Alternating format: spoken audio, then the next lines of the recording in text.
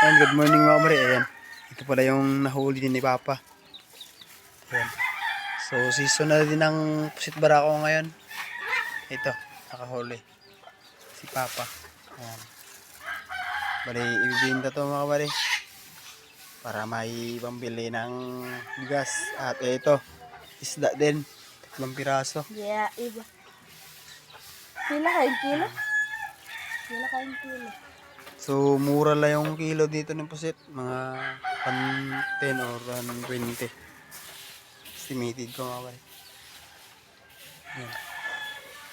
Malalaki na mga kapatid. Ayan. Ayan. Sarap to pag biniak tapos prituhin.